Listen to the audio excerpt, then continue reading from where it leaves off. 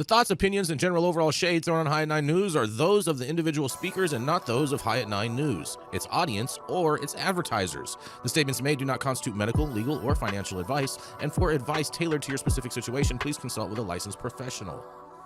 Welcome to the High at 9 News Hour, where you will hear from cannabis industry experts and professionals from around the country talk about important topics while shining light on global issues and discussing cannabis as it relates to politics, regulation and reform, data and technology, science, research and medicine, family and parenting, art, celebrities and entertainment, fitness, sports, mental health and wellness, and plant-based medicines and entheogenics.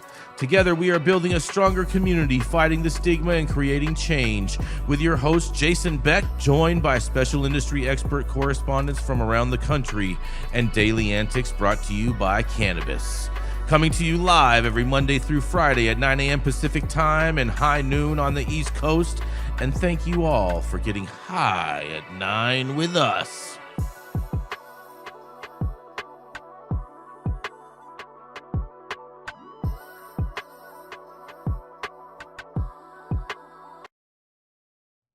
Ah, yes. Good morning, everybody. That's right. It is Monday, August 18th, and today is Jenny with us yet? Is she here? Any Jenny? No Jenny signings yet? Okay. Mom's home. Oh, there she is. Okay, fair enough. Jenny, do you know what today is today? Are you ready for this? It's Monday. It is Monday. That's true. It's also Yarrow's missing out already because it's National Pinot Noir Day. Ooh, definitely love a nice Pinot. Yarrow's here, but he's not on camera, so he's invisible. He's still stuck in the Shire under a lily pad. Oh, is he Casper right now? Yeah. Anybody say Pinot? Pinot. Yeah, didn't you name your dog Pinot? No, my dog came with a name. I adopted my dog, so I didn't want to rebrand them and have them go through an identity crisis. So you can fully change them when they're puppies. I mean, everybody else in Northern California is having an identity crisis. Not really. I mean, I think the country's having an identity crisis, and No. We're just the North Star here. No, my dog was not a puppy when I adopted him, and I didn't want him to have to go through a rebranding. Like, wait, what are you calling me? So I adopted his name with. That's very noble of you, Yarrow, adopting a dog with tons of issues already. I mean, Yarrow, if he's going to be a dog and weed, he's got to learn to pivot. Yeah. Mm-hmm. He doesn't have tons of issues, at least not compared with my co-hosts. He's pretty good. Oh, shade already. Yeah, man. I thought we were in Florida now, all the shade getting thrown over here. You know what I mean? Man. That's humidity, Jason. Yeah. All right, what else is it? It's also National Fajita Day. Okay. I love fajitas. That's one of my favorites. I like fajitas. Yeah. I had Chipotle yesterday, so it's not going to happen today. That's not really real fajitas, Jenny Beth. No, that's not even real Mexican. Yeah. It's really not, but it was quick, and it got here in under 30 minutes. Oh, boy. It's also National Ice Cream Pie Day. I'm sorry, what? National Ice Cream Pie Day. I'm confused as to the pie portion of this of this day, personally. Me too. I don't know if that's because of like Baskin Robbins, or is ice cream pie a totally separate thing all by itself, Yarrow? Google it, Jason. I'm getting there, Jenny Beth. I mean, probably Baskin Robbins paid a Republican legislator to come up with this day. Why would they? That doesn't make sense, Yarrow. Yarrow. Really? Not everything is partisan. I mean, it should be. It's too early. It's too early. It's Monday. I'm tired. I'm bloated from yesterday. Keep it rolling. Hold on. You're bloated because you ate cheap fajitas from a non-Mexican food. No, I'm bloated because I went to the Orange County Fair and I had ribs and turkey legs and I tried frog legs and all the other fair foods. You had frog legs? You had turkey legs, plural? Those things are big. So you couldn't, they were out of the big ones, so they gave us 4 little ones for the price of one big one. Oh, wow. You're eating turkey veal. You're eating the baby turkeys. I wasn't happy with it, but I ate it. It honors refreshing frozen desserts that comes in many delicious flavors. First came putting ice cream on pies, and the natural next step, it would be making ice cream into pies. So I guess this goes on with Baskin Robbins. Interesting. Why can't it be National a la mode day then? Well, maybe, Jenny, if that's part of ice cream pie, it would be considered part of today as well. Maybe. I mean, yeah, that's what it's called when you put it on top of like pie and stuff. Yeah. And it's National Mail Order Catalog Day. I know you thought I was going to say something else. Mm-hmm. Sure did. For all you guys that don't have any game. Okay. Shout out to JCPenney's, I guess, right? And Macy's, and you know what I mean? Is that still a thing? Is JCPenney still in business? I said No. that because I thought they closed a long time ago, but I remember their catalogs when I was a kid. I'll bet you did, you little pervert. Mm-hmm. We got our school uniforms from there. Yeah, my mom used to order all kinds of stuff from there, Yarrow. I don't even understand where you're going with that. It's so weird. The women's hosiery section, that was about as racy as you could get. I'm the only one that deals with the women's hosiery sections when they're getting hosed down, Yarrow. Oh boy. And thank you all for joining us and getting high at 9 with us. It's also high noon on the East Coast. And please remember to like, share, and subscribe to us on all social media platforms. You can look up above and down below to see exactly where we live on the internet. And we are live every Monday through Friday on YouTube, Rumble, Twitch, X, Instagram, Facebook, Kick, as well as on our very own website, www.highat9news.com. So welcome to everyone joining us from any one of those platforms. And we are kicking the show off with Miss Jenny Beth Dills. She's the founder of Kind Cannabis and of Justice Served, a 501c3 that helps justice impaired individuals get their life backs on track after they've been victims of the track. That's right. It is none other than Miss Jenny Beth Dills. Oh boy. I was trying to get in the chat with you guys and I fucked up. So hold on 2 seconds. We'll talk about what the truckers have going on. I turned my phone all the way off. You guys, I failed this morning. It's a Monday. Bear with me. Doing our best. I'm gonna get the phone to turn back on. I can't read my story. Oh well, you want me to read it for you? I can help you out. I would like my phone to turn back on. So if you want to go ahead and here it goes. Hold on. Oh my goodness. All these technical difficulties. This much Apple time, so give me just a second. It's a new one. Oh boy. I apologize. Happy Monday. Hope you guys all had a good weekend. It's definitely Monday. It's definitely Monday. We have to find a better days of the week calendar. Or national days calendar. I mean, last time we discussed this, you said that you were doing that and that you were going to send me some link to something, and I've never received anything. You know what? I'm going to own that and say you're right, and I will get you the link. And I'm now pulling my story up, and I'm sorry for wasting everyone's time this morning with National a la mode day that was very confusing. All right. So here we go. All right. New development from Washington, D.C. The American Truckers Association, or ATA, is sounding the alarm over a pending change to federal marijuana policy. In a letter addressed to the Department of Transportation Secretary Sean Duffy, ATA's Chief Operating Officer Dan Horvath says industry is deeply concerned about how reclassifying cannabis from Schedule 1 to Schedule 3 under federal law could disrupt drug testing programs for commercial motor vehicle drivers and other safety-sensitive transportation workers.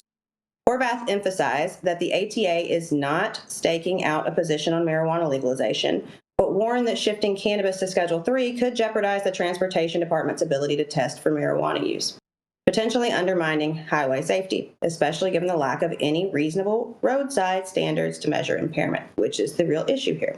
The group also notes that similar concerns were raised previously under the administration of Transportation Secretary Pete Buttigieg.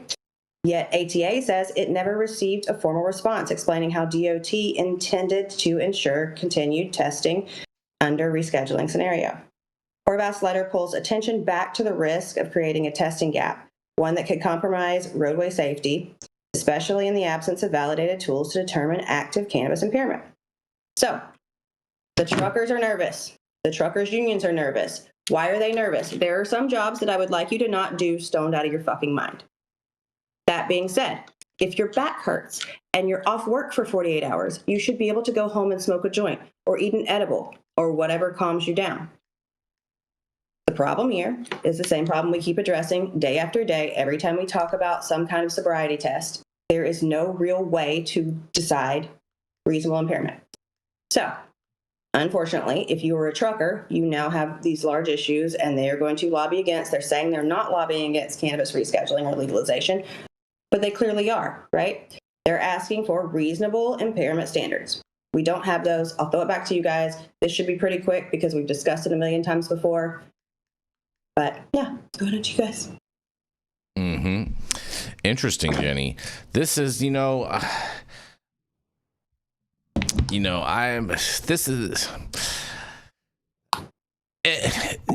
don't think that it necessarily needs to be the Department of Transportation's job for this. I believe in less government, and like let these private business owners be able to run their businesses, and if the businesses want to facilitate that, they can facilitate that and whatnot. I don't see why the Department of Transportation needs to be involved in this process at all.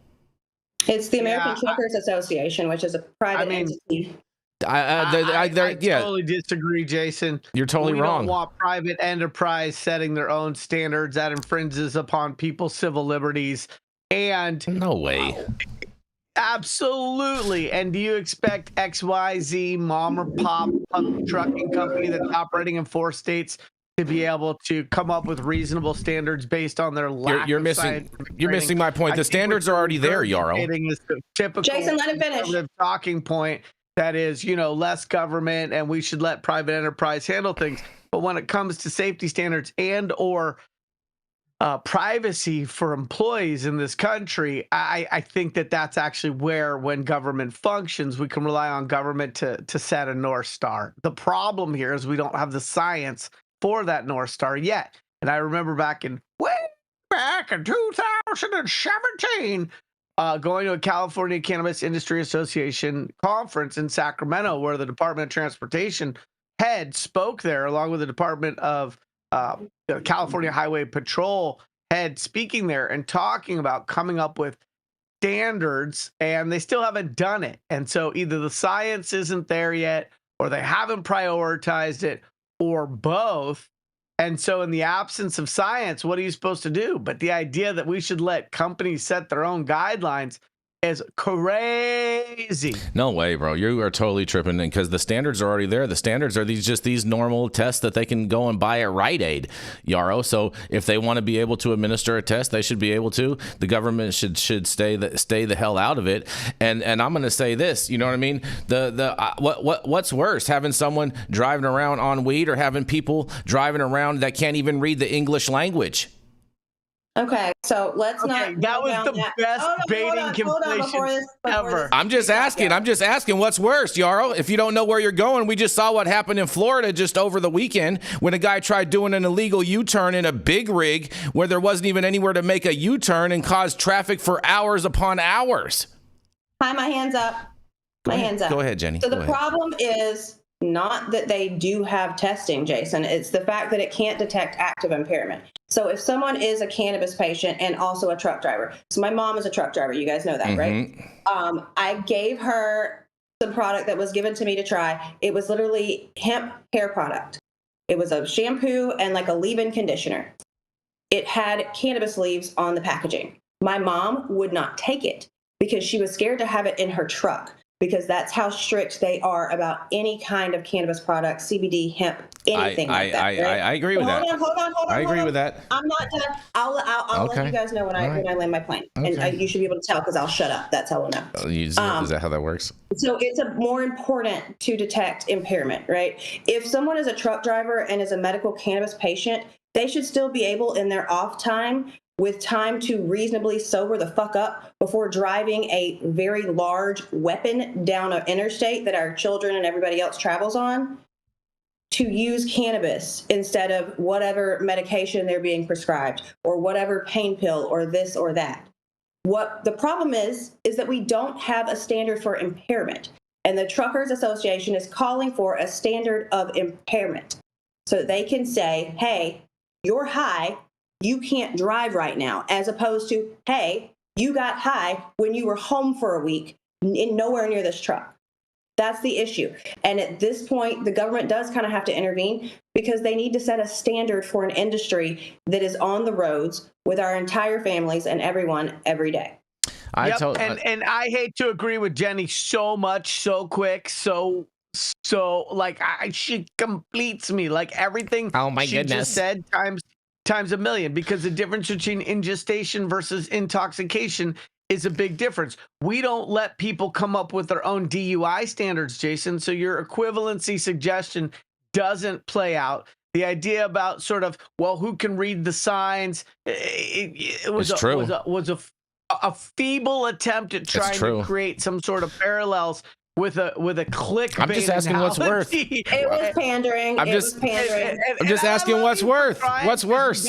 We gotta get out and start getting into it as quickly as possible. But you're gonna have to do better than that. And so without that standard, we don't want private enterprise coming up with standards for what a DUI or a DWI, whatever they call them these days, is. We don't want that. What we want is science, and we don't have that yet. And we haven't had that for a really long time.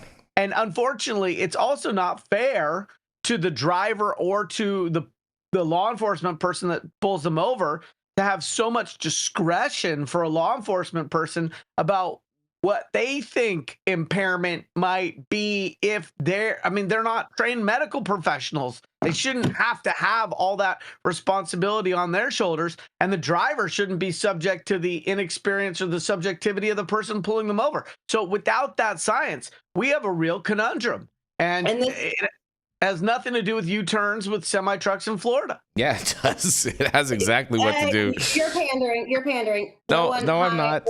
No, I'm not. I let you all speak. I'm going to speak now. Hi. Are you guys not going to let me speak? Okay. No one that's Interesting. not impaired or can't understand road signs should be driving a semi-truck. We all agree on that. That is a dead issue. It doesn't sound like Yarrow agrees on that. It doesn't sound like Yarrow agrees with that. Here's why this is a good story. Yarrow agrees. Nobody who doesn't understand a road sign should be driving a commercial vehicle. I want to hear it out of Yarrow. I didn't follow the news cycle this weekend, so I don't have an opinion. But what Jenny just said, yes, I agree. Nobody who doesn't understand road signs should be driving a commercial vehicle. We have a consensus. You guys are back in the trench coat together, getting into roller coasters and wherever else. It's great. So the reason why this is a good story is because we can all agree that we don't want somebody high as shit or impaired in any way driving a very large vehicle on roadways that we travel. So because the American Trucker Association is now calling for reasonable standards of impairment, maybe this will push the issue. And maybe we can actually get some real research. This is the problem. Hold on. Maybe we can get some real research to determine what constitutes impairment and to find a testing means that makes sense. Are you done now? Now I'm done. I'm going to tell you. I'm going to tell you right now. We're not going to find a suitable testing method. That's just a whole bunch of wishful thinking. And National Disgrace in the chat. He says they forget truckers do more meth than they smoke weed, though, and that is definitely true. National Disgrace. I totally agree with that statement. And that's and I don't want people I'm saying high on meth driving on our roads, because I think that's even bigger public safety concern. But meth gets out of your system pretty fast, as opposed to weed that sits in your system for 30 days. And the fact that they don't have a test, I mean, you can just do it with a common sense test of, like, you can obviously view impairment from cannabis very easily. It's not that difficult. Okay. And so anyone that says that they can't is just an idiot and probably shouldn't be in a position of enforcement. Well, to take someone's job, to take someone's license, to prosecute someone in a court of law, there has to be a standard, and there has to be a quantifiable method to come up with that standard. Well, that's not going to come anytime soon. That's not coming no time soon. You have to prove it, right? So I can't be like, Yarrow was a dick today. Well, why was Yarrow a dick? He was just a fucking dick. Fire it. That won't stand up in HR, much less a court of law. So you have to come up with a standard that is reasonable, that makes sense, that is tried and true, that is based on some kind of science to quantify this.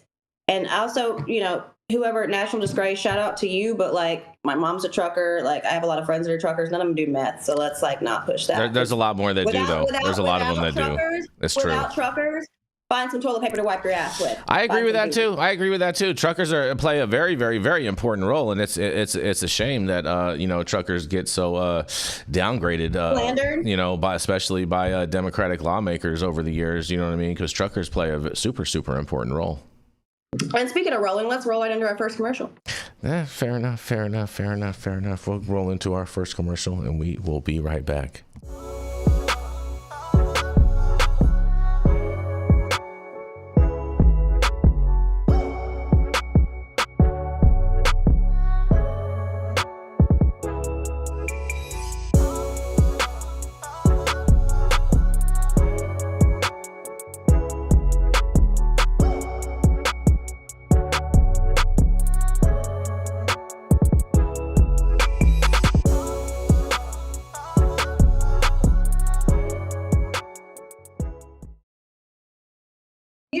Oh, and we are back, Jenny Beth. We are back. Yarrow, how are you today? Happy Monday. Fantastic. Thank you. Did you want an intro, Jason, back? Because I got no, it's fine. It's fine. I'm going to do it. Coming up next, the High at 9 head honcho, the negative Nancy of the show when Yarrow's away, and my Republican best friend, Jason Beck. Oh, man. Good morning, you guys. Happy Monday. It is the most important day of the week. You're so right about that, Ben. Please make sure you smash that like button. I know we'll appreciate it. But you know who isn't appreciating a lot of things? New York, you guys, because marijuana shops sue New York after they were allowed to open too close to schools, you guys. A group of marijuana dispensaries in New York sued the state on Friday after cannabis regulators admitted they accidentally allowed pot shops to open too close to schools, putting the future of the businesses in jeopardy. The lawsuit asked a state Supreme Court judge in Albany to rule that the marijuana shops locations remain legal and to prevent the state from taking any enforcement action against them. The case came a few weeks after the state's legal marijuana office told about 150 existing or proposed cannabis shops that regulators had been misreading a state law that requires dispensaries to be a certain distance from schools. I don't think they misread that at all because it reads very clear if you read it. They just didn't enact it in the same way. They're kind of stupid. But nonetheless, in the roughly 3 years since the state started licensing legal cannabis stores, officials have been meeting a requirement that dispensaries be 500 feet, that's about 152 meters for all of our friends in the EU, away from the nearest school by measuring the distance from the school's door to the door of the business. The state now says that the law actually requires them to measure from the school's property line. About 60 shops were licensed and opened under the incorrect measurement system, state officials said, plus around another 40 that have licenses but haven't yet opened for business.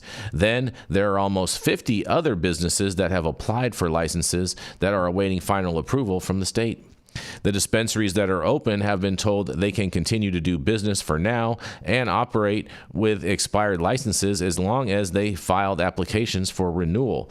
The state has set up a fund where applicants can get up to $250,000 to help relocate. That's going to help a lot. And the cannabis office said it's urging state lawmakers to craft a permanent fix to allow the businesses to remain in their current locations, but have also noted that it is not guaranteed. The state legislature isn't set to meet again until next year, and a spokesperson with the state cannabis office declined to comment on the lawsuit, which was filed by a dozen businesses. The school proximity problem marked the latest blow to the state's legal cannabis program, which has been plagued by marginal missteps that have stalled the market, led to legal challenges, and allowed illegal shops to flourish. I don't think that's allowed illegal shops to flourish, but that's a cute way of framing that. But nonetheless, this is one whole total ridiculousness. And I even heard from another person that does social media that in the letter that New York sent out to these applicants, it also had the suicide prevention hotline number in it. Oh man, I can't wait to hear what you guys have to say about all of this. New York, the gift that keeps on giving when it comes to cannabis. You're on mute, Jenny. Yeah, I sure am. I figured it out. Why are we talking about this again? Like, yeah, New York fucked up. LA fucked up. There are a lot of local control issues that are fucked up. The fact that they don't know where the zoning is and are willing to issue licenses in direct fucking contrast with their own regulations is not a new story, and it's not New York specific. Like, this is absolutely insane. Yes, you should sue them. But here's the problem with suing the government or a government entity. One, you have to file a government claim, which gives them a long amount of time to say, hey, yes, we're going to give you some kind of remedy, or fuck you, at which point you get to sue them. Now, what the government does is waits until the absolute expiration of that government claim period to give you a piece of shit offer. Then you have to sue them, which puts you in court, which puts you in a very long situation where you're probably still paying rent. You're still out the money that you spent for a build out. You're still out of all these things that you've done because the government entity that is set to regulate this did not do it properly. So yeah, you're suing them. Mm-hmm. I'll see you in a year and a half when you have some kind of resolution that probably won't be super in your favor. All right, so allow me. Yeah, please. So first of all, the distance requirement, as I've said on this show, is almost this entrenched, institutionalized, and still socially acceptable form of stigma against the cannabis businesses. It just is. Doesn't make a lot of sense. And the denser the urban environment, the less it makes sense. So there's that. And I think it really begs revisiting whether that makes a lot of sense, because that's a piece of cannabis policy that has been replicated from market to market with very little to no regard for whether it's practical, pragmatic, or even effective in any way. And I have yet to see data that shows that it is. The next thing is they should just say, my bad, and grandfather these locations in. When they suggest that you can get $250,000 as a Band-Aid, for many places, that does not even take care of the cost of their build out at their location, much less the opportunity cost to go out and find another location. But wait, it's worse. If there are 150 locations affected times $250,000, that means New York is suggesting $37,500,000 in taxpayer money be just allocated as a fix. You know, I'm not sure, Yarrow. My rant's not over, because New York knows that if they get sued and they have to go downstream with this thing, they're probably going to end up spending more than that. So the idea that they would just willy-nilly set up a fund for almost $40 million of taxpayers' money to fix the problem they created, it's like there's zero ownership in that. The only solution is to grandfather these locations in and to frankly go back to the drawing board and revisit these radiuses and keep an open mind. Do they make sense? And if they do make sense, what is the data that is being used to support that position for policymakers? Totally fair. And that would be wonderful in a cautiously optimistic utopian society. Unfortunately, the world we live in and the situation that I'm going through with some social equity applicants and am seeing in jurisdiction after jurisdiction is the regulation was there. The city erred in issuing the license at that location. The regulation stands. And all I've seen, the best offer I've seen just so far is, here, we'll give you 3 years to put your license into abandonment and find a location that fits parameters. Here's the thing. That's after build out. That's after paying 6 fucking months of rent. And that's for a daycare center that was not on Zemus and not visible anywhere in the neighborhood. Yarrow, I don't think that all 150 of these licensees are eligible for that $250,000. I think it's only eligible for the people that actually have opened their doors since then. I don't think that just because you file the paperwork to be able to open and you're waiting on whatever, that you should be entitled to that $250,000. Well, hold on. I'm just going off the article because I read them. There it goes. Here he goes. Uh-huh. I'm going off the article because I read them. Yeah, I understand, and I got a different impression when I read it. So, you know. Okay. So what it says is, let me pull it up for us here. Mm-hmm. I'm literally in the article right now because it's saying. It says there's 150 stores. Well, in the meantime, while you guys are looking at all this, we did get a super chat in from the C word. The case, quote, the case came a few weeks after the state's legal marijuana office told about 150 existing or proposed cannabis shops that regulators had been misreading a state law that requires dispensaries to be a certain distance. So 150 existing or pending are impacted. I understand that they're impacted by that, but it doesn't mean that they're eligible for the $250,000.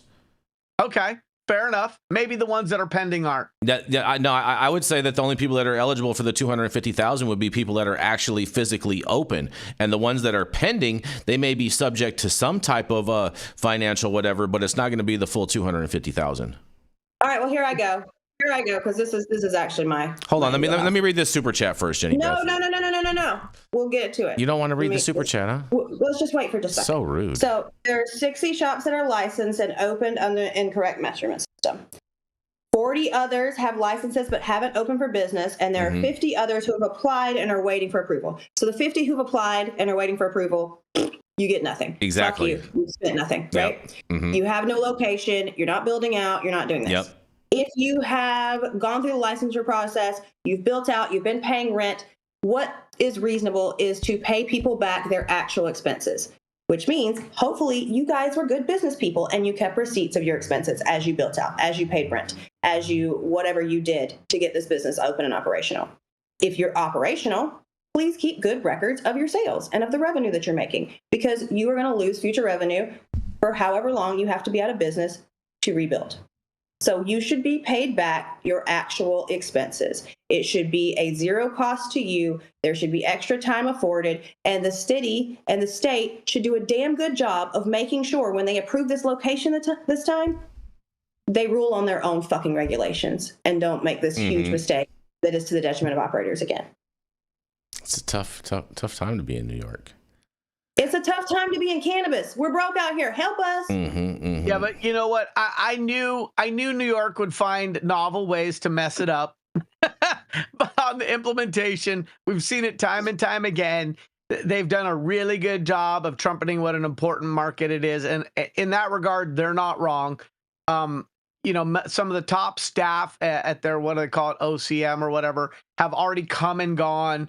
I mean, there were sexual harassment lawsuits. The head of their thing did like an exit stage left, took a victory lap before it all crashed and burned in regards to some of those scandals. The only fair thing to do is to grandfather it in. If the government makes a mistake and the government wants to find the least expensive approach to solving this, knowing that every dollar the government spends comes out of our pockets, you grandfather in those locations. You go, oops, our bad. You don't, because even calculating your damages for a business is a non-revenue producing exercise where you've got to go through all of your stuff. Just the time suck, the stress, the uncertainty in terms of onboarding capital. I mean, what does this do to the investors that we're going to continue to do like a seed round and then an A round for these locations? Like, this is just the biggest thing. And I just think that if they say, oh, well, we'll give you 250, or even Jenny's point, which is better, which is we'll cover all of your expenses to date. What it doesn't really take into account is the progressive shockwave effect of entrepreneurs and investors, operators wanting to go into existing or new markets, and this being in the back of their brain and their little worry, cortex going, what if something like this happens again? So if we want to telegraph confidence and create stable regulated markets, if it's truly about access, lowered cost, lab tested, safe, cannabis that doesn't have to be acquired in the dark recesses of a parking lot late at night from somebody who you only know their first name, then you have to telegraph confidence by saying, this is not something that we are going to allow to create instability. And the only way to do that is to go, we made a mistake. Okay, so you're off by a few feet. Okay, you're off. I mean, when we were in San Francisco developing the location for a dispensary where I was a social equity applicant, they did this same shit to us over 7 inches. 7 inches. We had to hire a Navy geographer to calculate and account for the curvature of the earth to go back to them and say, we're actually fine by a 1/4 inch. Who does that? Who makes business happen in those parameters? It's crazy making. I agree with you. I think especially with New York with its population density and whatnot in New York, they need to just get one of those guys out with the sticks, and they just need to walk from doorway to doorway okay, with that stick and do it in measurable walking distance, because there's no one that's walking through walls, and these radius requirements are just totally asinine and ridiculous. But nonetheless, the C Word said in a super chat, he said, do we want every dispensary to last forever? Restaurants close all the time, but no one says the restaurant industry is doomed. Well, I don't even think that's adequate comparison. That's not even an adequate comparison. Are we done? But here's what I would say.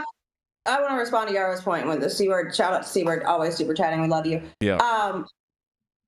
Maybe we've telegraphed too much confidence. This is not an easy fucking business, right? And I, as an investor, would feel much better about not losing my money and starting back to zero and having that money replenished so we can start over than fucking losing it and be told to go take a fucking hike, right? Mm-hmm. This is not an easy industry. This is not a green rush. There is no assurance that you are going to turn your investment into a whole bunch of fucking capital. This industry has traditionally been, since regulation, the easiest way to lose $1 million, not make one. Mm-hmm. So let's be real. And it sucks. And I understand, Yarrow, and I love your mildly socialist views. And, you know, in a perfect world, I would like to see everything that you've requested happen. But we live in reality. I'm dealing with this with actual applicants, with actual license holders. And at the end of the day, this $250,000 offer up to, you know, if it's your actual expenditure and you spent $250 and you get $250 back, that is the best fucking remedy that I've seen from any state and from any municipality. So I actually am not angry at this. If you can get your fucking money back. That's all my applicants have asked for, is their fucking money back. Yep. The city made a mistake. We've paid rent for 6 months. We've done all of this. We fucking built out a facility. We paid contractors. Give us the fucking money back so that we can invest it into a property that does fit your fucking parameters. Yeah, but Jenny, you made a suggestion that operators be made whole. 250 doesn't necessarily mean that those operators are made whole. So Jenny's advocating for more than that. Between their tenant improvements, between their burned lease payments, between their architectural design, where 250 isn't going to make them whole. And so to your second point, I think you're conflating the full contact sport that is regulated cannabis and whether somebody has the ability to create a profit within those very restrictive business environments versus government moving the football or the goalpost, whatever the analogy you want to use, whether it's, Charlie, moving the football while you're going to kick it, or moving the goalpost. Because if government says, here's what we're going to do, or yes, we've said yes to this, and then they go, or oops, wait a second, or wait, we're going to change it, or well, we made a mistake. That is not the same as a business trying to compete in a tough environment. That is changing the environment in a way that no business could ever compete in. And so I think we just really need to be clear and differentiate. Yes, this is a full contact sport. Yes, you're not guaranteed to make a lot of money. Yes, there are a lot of things that could go wrong and maybe more than can go right. And if government is going to hold the industry accountable, then how come that's not omnidirectional accountability? And why is the government allowed to make massive mistakes? And what is the definition of ownership for those mistakes? And if the definition of ownership isn't grandfathering in these locations, I would just offer that at the end of the day, there will be people, no matter what, who aren't made whole, and that's not fair and equitable. No, it absolutely sucks. Yes, and what we're looking at is an industry that is new, right, compared to traditional industries. We're looking at an industry that is federally illegal. We're looking at government entities that are allowing us to do something that is federally illegal, open our doors, run businesses in something that's federally illegal. And do I agree with this? Do I think it's bullshit? I think it's bullshit. But what we're doing is trying to operate in a system that is federally illegal. And we have to jump through whatever fucking hoops we have to jump through. This is the government equivalent to saying, hey, you're fucking selling on my block. I'm the mafia. Give me my 10%. I said you can only do it on Tuesdays between 7 and 9:30. Here's what I said. You can do it. Go do it. Is it bullshit? Abso-fucking-lutely. But this is unfortunately, until we have some kind of meaningful federal regulation, hello, government, deschedule this shit. We're jumping through a bunch of hoops that are built by people who don't understand how to regulate the industry they're tasked with regulating. and they are putting us through all this undue stress. I agree. I would like for these operators to be made whole. I would like for my fucking clients to be made whole. At the end of the day, it fucking sucks. It's a broken system. It's a government that makes mistakes because you have people who used to work at the fucking library who are now deciding if you can run your fucking multi-million-dollar business or not.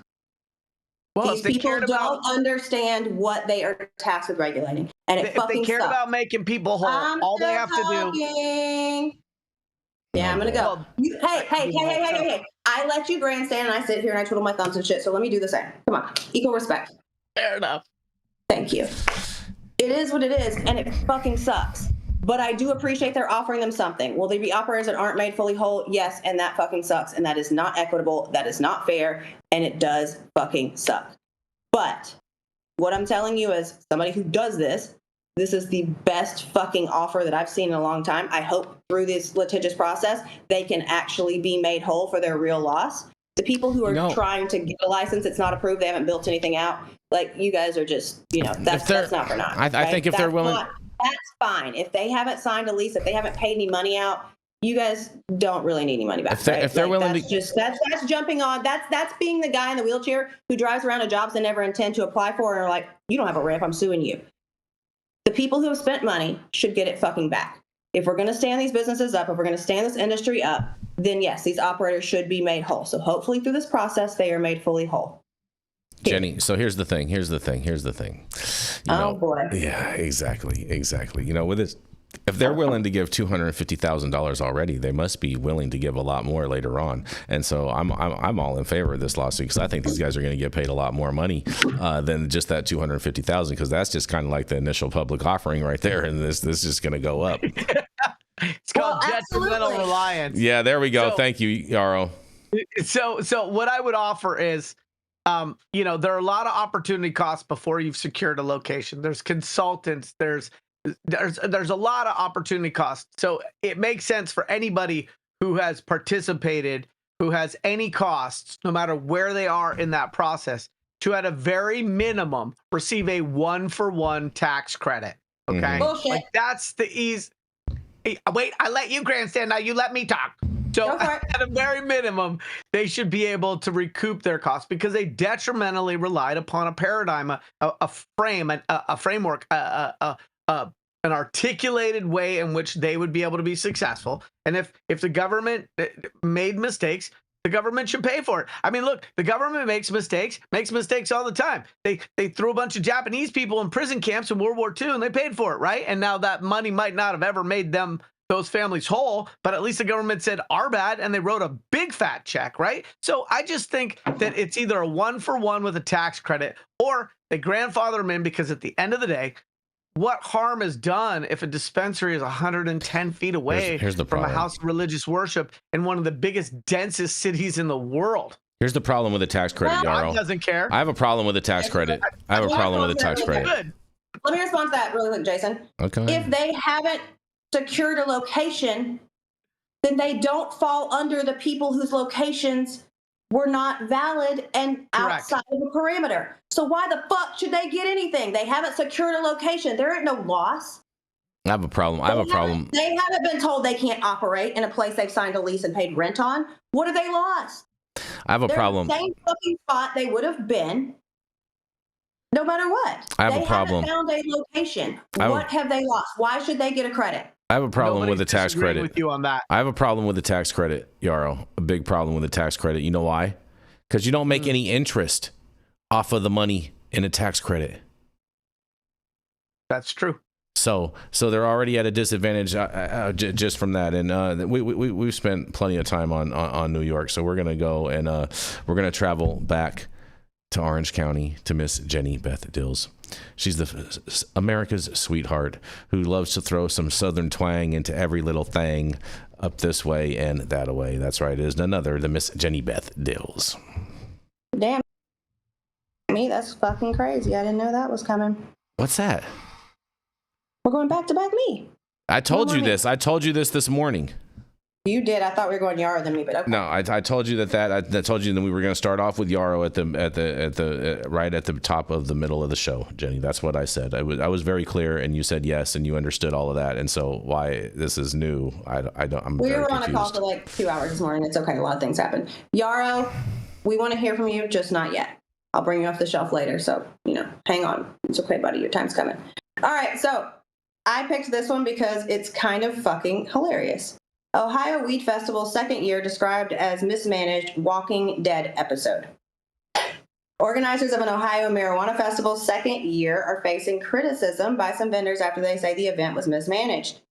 According to WCMH, hundreds of cannabis enthusiasts traveled to the riverbank in Waverly, Ohio to attend the second annual Stargazer Cannabis Festival in July, with some walking away feeling frustrated by allegedly mismanagement and hardship.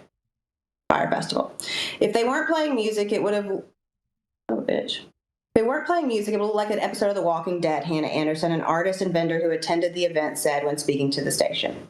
Several vendors spoke to reporters with the WCHM days after the wrap-up of Stargazer Festival, telling the outlet that they had multiple concerns during the event, including safety, infrastructural, and security personnel concerns. The first Stargazer Festival was held in Pomeroy, Ohio, near Hocking Hills in 2024 after the state of Ohio legalized recreational cannabis use for adults. WCMH reported the festival was moved to the banks of the Sciochu River for its second year so that the event had additional space due to a high turnout from the previous year. Stargazer Festival organizer Chad Thompson told reporters with WCMH that the confirmed festival would be able to take place in Waverly on July 19th, which was just days before vendors arrived at the site. Due to heavy rainfall before the event, however, many areas were left partially flooded. The flooding forced his team to adapt the venue, which ultimately left the festival with significantly less space to work with. He added that organizers had planned for vendors to set up near the site's electrical tower for convenient access to power, but said the flooding forced them to relocate. A food truck owner told reporters that some vendors paid an additional $50 to have access to electricity at the site, and said the lack of power resulted in financial losses for her business, alleging that there was not enough power for the 100 vendors to operate at the festival. All right, so Fire Festival of Cannabis, shout out to you guys. If you can't pull enough power for 100 piss-ass measly vendors to operate, might I suggest you throw, like, I don't know, a church event in the concession hall, offer light snacks, those little off-brand cookies, the little, chocolate and vanilla ones with the cream in the middle, and stick to what you're able to do, because I just don't understand. How do you fuck up this bad? I understand that Ohio has to buy 10ths instead of 8ths. That sucks. But the fact that you can't pull enough power and the fact that you took advantage of these operators that had already paid you a booth fee and upgraded their fee and charged them extra for something that should have come with their booth, because I don't know how many events you guys have produced. Typically, you get a certain amount of power. If you want to add extra shit, we can, bring that in, bring you some squishy shit for your feet so you're not uncomfortable standing up all day, whatever you want for your booth. But power is like, we're throwing an event here. You should have power. Taking advantage of the fact that your area flooded, charging people extra just to use your power, and then not having enough is bullshit. So you guys should probably hang it up or call the guy that did Fire Festival. Maybe you guys can, toss over some sandwiches and some white bread together, and, you can collab on something else to rip people off. But you should give these vendors back their money.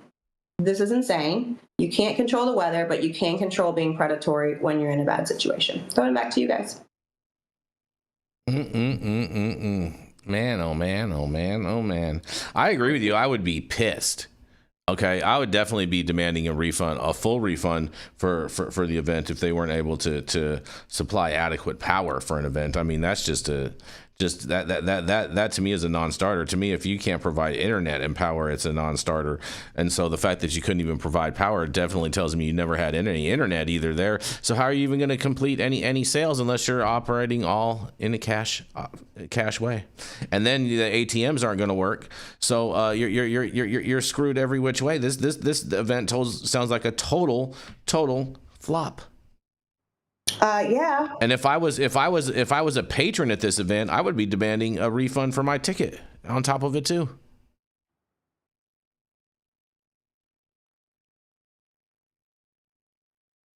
Yarrow? I mean, Nothing to say, Yarrow? I mean, I come from the event management space. That's what I did before real estate. And it's not field of dreams. You don't just build it and people come. You got to think about what your weakest links are. Sounds like power was their weakest link when they moved to this venue, as well as their decreased footprint of area based on the flooding. If you're from Ohio and you've been in Ohio a while, I'm not sure that flooding was a big surprise. Maybe it was, maybe it wasn't, but ideally you have a contingency. You probably need to give these vendors at a minimum a credit for a free space next year, maybe a tax credit from New York for messing up. but you know, the thing is that what's most important about an event is safety and fun for the people who paid to show up. It sounds like in this article, one of the vendors alleged that the security was under-responsive to calls and help from young people who had overconsumed. So that's, to me, a bigger issue than whether you've got electricity for a taco truck. That's a huge issue. I mean, the number one thing is everybody's got to go home in equal or better condition than when they showed up. How do you overconsume when everything's in tents, Yarrow? What? How do you consume when everything is sold in tents?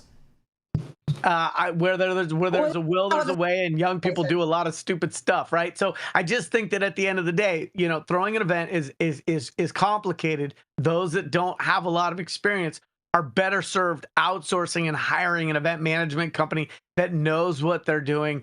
A load calculation for all of the vendors coming in and the electrical requirements is relatively simple stuff. When we did shows and there was lasers and lighting and sound and all of this blah blah blah, we did load calcs for what it's like. No different than a grow facility, right? If you're going to set up 1,000 lights in a warehouse and you do a load calc for your lights, your fans, your dehues, your pumps, and you kind of get a sense of how much electricity do I need in order to successfully grow 1,000 lights in this location. So a load calc for running auxiliary power to mobile food vendors is honestly pretty simple event management stuff. I would wager that the person who threw this event and their team were not very experienced.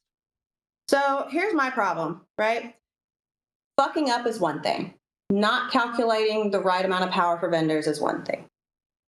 Realizing that you picked a site, there was weather you couldn't control. Because of said weather, you have to move vendors farther away and you're only able to fucking power out to a certain number. Okay, that's a fucking huge issue. But taking the opportunity to upcharge people who have already paid you to participate in your event, the vendors who, if they weren't there, the artists who, if they weren't there, neither would all those people who are paying your fucking ticket price, to take advantage of this issue and be predatory in that sense, like, that's not a mistake. That's not malfeasance. That is predatory, period. Like, what is wrong with you guys?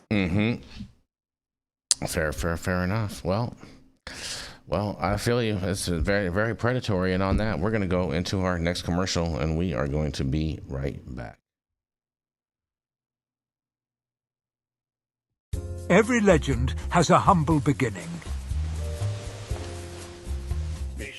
In world news, leaders are gathering today for the annual summit. I want to tell you something, Che. The government is watching us through the television. Oh, John. Look, right there. They're trying to hack into my TV box. We're still not able to hack into the TV box, sir. Ha! But they can't. I've rebuilt the entire electronic system, and it sends and receives signals through quantum phase space. They'll never get in. Engage target. In other news, local authorities are investigating a series of strange atmospheric phenomena reported by residents. Ma'am, we're with the federal government. We need to ask you some questions. John? Is there a problem? We've been trying to penetrate your TV box for over 6 months. I told you they were trying to watch us through the TV, but you didn't believe me. We can't get in, and to be frank, we have no idea what you've created. Yeah, that's the point. It's called privacy. You know what the Fourth Amendment guarantees? All we know is that we can't get inside.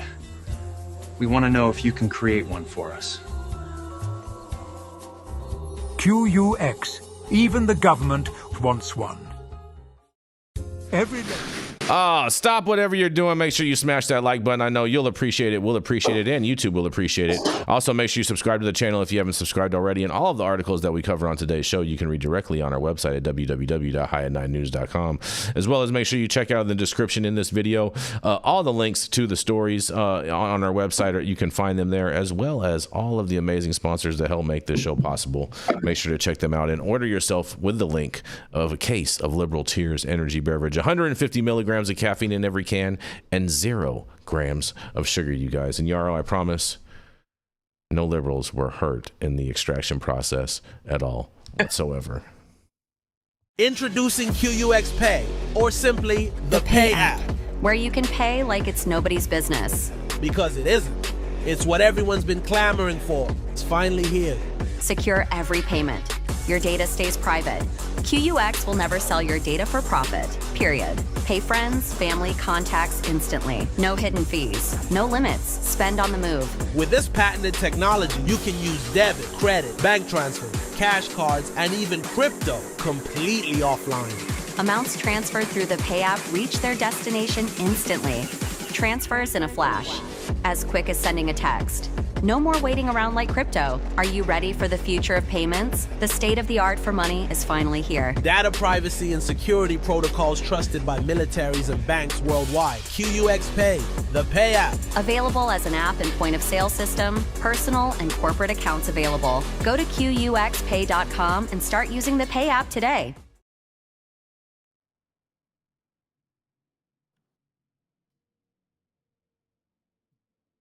Pulling a Jenny and going on a romantic getaway. And we are back, you guys. We're back, Jenny, yes. All right, coming off the shelf, the very antsy, very time-sensitive, very angry, High at 9 news elf, straight out of the Shire, our real estate guru, Yarrow Kubrin. Can I get some of that canned applause? You got it, bro. You 100%. Just because you can't hear it doesn't mean it's not there. That's right. That's how it is with everything in life. Just because I can't hear it doesn't mean it's not there. Well, there's a height limit in order to hear certain things. You know what I mean? That's good. I like that. Let's talk about what's not there. My article today. First of all, good morning, High at 9 viewers. Thank you for tuning in. Monday, August 18th, rounding out into 10 p.m. Pacific time. Let's talk about what's not there and what I'm covering today. So, hot off the press, according to KHQ.com, Washington cannabis sales decline for the 5th consecutive year. Hot off the press yesterday morning, Washington. Cannabis sales in Washington have been falling for the 5th straight year, with 2025 potentially reaching their lowest level since 2019. The Washington Department of Revenue reported that the sales totaled $277 million in the first quarter, nearly $100 million less than during the pandemic peak in 2021. The State Liquor and Cannabis Board attributed the decline to an oversupply, which has driven prices down and reduced revenue to pre-pandemic levels. If the trend continues, Department of Revenue figures indicate that 2025 could see the sharpest drop yet for the state's legal cannabis market. The ongoing decline has significant implications for the state's economy and those involved in the cannabis industry, highlighting the challenges of managing supply and demand in a fluctuating market. So, before I kick this off and allow my other two pundits to pontificate, let me point out some critical elements here. It did not say that sales volume had gone down. It did not say that the amount of cannabis sold in Washington state had decreased. It said that the tax revenue had decreased, which means that people are selling stuff for less, but it doesn't mean that they're selling less. And so that is a hallmark of maturing markets that we've seen so far. And we have said time and time again, at least I have, if you want more taxes, lower the taxes and grow the market, because your competition is the trap, not how much you can take out of some mom and pop dispensary. So I also think it's interesting that the Washington Department of Revenue reported their high watermark, not year-over-year changes, which is a traditional reporting technique for businesses, but they reported the high watermark in COVID and said they're $100 million down for this quarter compared with their high watermark. Well, if they looked at any other market or they looked at their own market, they would probably be staring face to face with the fact that overtaxation has been one of the major blows to the regulated industry. I don't hear in this article any calls for reducing the tax rate on the cannabis industry, in spite of the fact that it says, quote, the ongoing decline has a significant implication for the state's economy. Hey, if you want your state's economy to do well, quit treating the regulated cannabis industry like a piñata and beating the shit out of it until all the candy falls out. This is Yarrow Kubrin, High at 9 News. Yarrow, here's the thing. If they're saying that tax revenue down, then that means that the revenues are down for everybody. For everybody involved on this, because how Washington works is it goes a third. So if an item is $45, the brand gets $15, the store gets $15, and the state gets $15. It's like a JV. So you're saying they do a gross instead of a net out there? Yeah, is that what you're saying? I don't know Washington. This is why I'm telling you. So if they're saying that the tax revenue is down, it actually means that all revenue is down. And so that's how their state market works. That means those sales went to the trap instead exactly. to the next exactly. Bob. Yep, or maybe to Canada. You know what I mean? Yeah. Well, I can guarantee without any data that nobody is smoking less weed in Washington State. So where did that weed come from? I mean, I'm sure there's plenty of other different trap suppliers floating around Washington State. That wouldn't surprise me not one bit. I have some sisters up there, and so that they will shop at stores too. But at the same time, if someone comes at them with a $50 ounce, they're going to get that $50 ounce. So. I agree with what Troy says in the chat. Until there is a merging of the unregulated and regulated with lower taxation, lower regulation, the regulated market will always be competing with a market that goes quicker, better, and cheaper. He also just said there is no successful taxing Mother Nature, and I agree with that. I agree with that because this needs to be treated as agricultural commodity, and people need to get their stems out of their ass on this. Jenny Beth. What? Same story, different day? Interesting. The commodity pricing goes with the seasonality, and we are actually dropping down to commodity price, which actually fucking sucks. Yeah. But yes, it should be treated as such if it's going to have to be priced as such, because we're losing money on one side and we're being taxed excessively. So, yeah. Help us. We're poor. Yep. Oh man, Yarrow. Yeah, what I like is there a world in which less mature markets, the New Yorks, the Ohios, is there a world in which they look towards what their future horizon might be by looking at more mature markets like Oregon, Colorado, Washington, California, and they say, we don't want that massive drop off in tax revenue. We don't want the trap to win because we don't think it's going to get weed for the people for the lowest cost and the most accessibility. We don't want local control, which has created deserts and a lack of availability, retail deserts in certain sub areas. Is there a world in which they make those adjustments preemptively, or do they just continue to replicate the same policy missteps like those silly radiuses in a way that kills yet another market before it's actually had a fair opportunity to thrive? Yeah, I just, if the state is complaining about revenue drops, just imagine what the retailers and brands are saying, because that they have a partner in the government. You know what I mean? In this type of in this model in Washington. So, man, I feel toxic partner. Yeah, I feel a one-way partner, a non-reciprocity partner. Yeah. Exactly. I feel bad for them. And on that, we're going to roll to our final commercial, and we're going to be right back.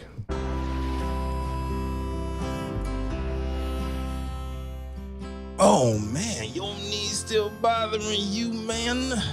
Yeah, I left one, you know? And I'll tell you what, I've been using this new CBD cream, and it works like a miracle. CBDs? I done heard about them CBDs. I was out there on them Twitters the other day, and I heard they get you high as a kite. Well, not this stuff. This stuff is tested. Every batch, all the way through, pharmaceutical grade, and in a GMP certified facility. So you know you're not going to have to worry about flying high. GMP certified? I might have to try some of this out. Where do I even find this? You go directly to aimhighhemp.com and they will ship it to your door right away. Test it. It's not a name, it's a promise.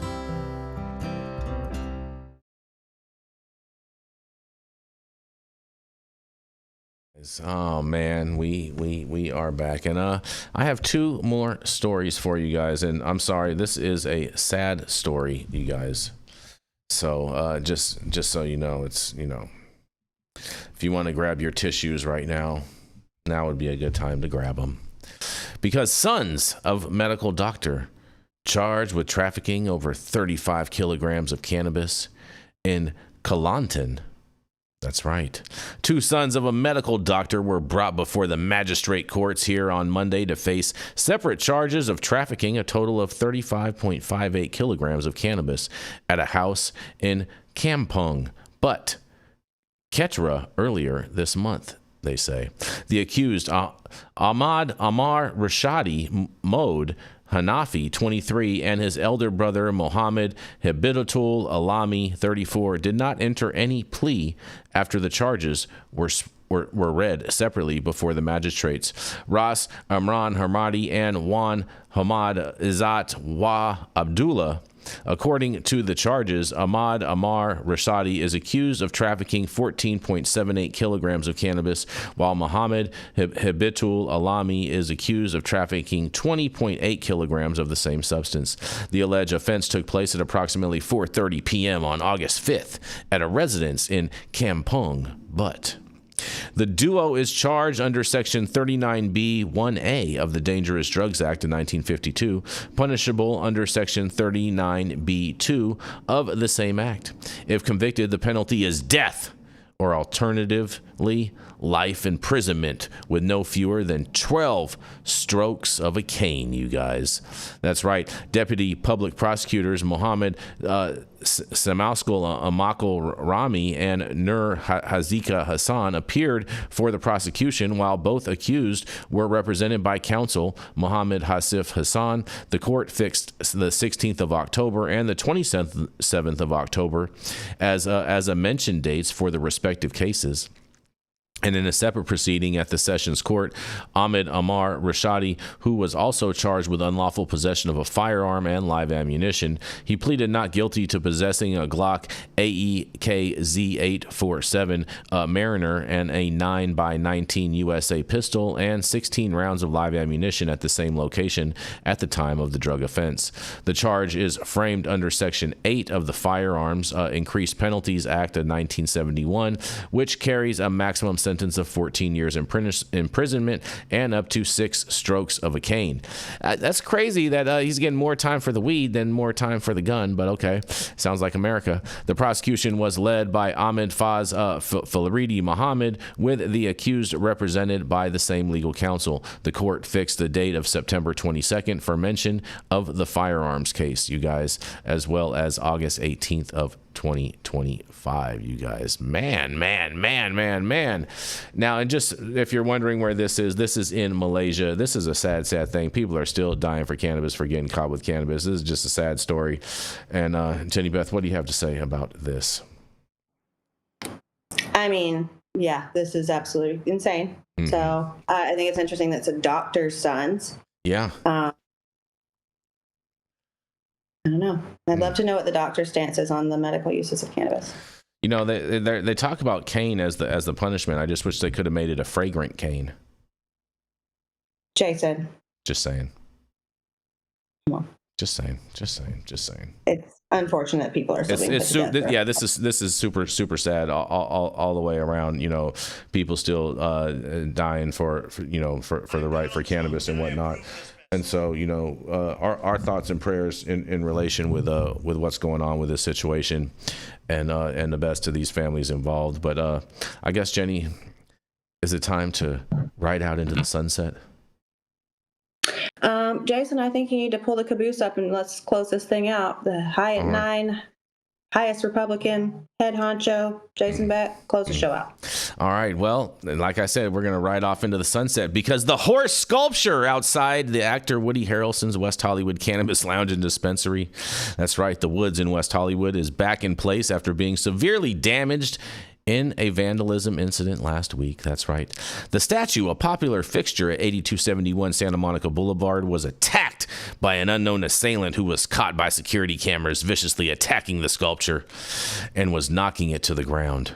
Photos revealed a large crack in the horse's neck, a gash by its front leg, which was broken off, and the damage required extensive welding work, costing more than $3,000, according to Devon Wheeler, co-founder and chief operating officer of Herba, which operates the Woods. In a quote, he says, "Decades on the boulevard would make anybody a war horse.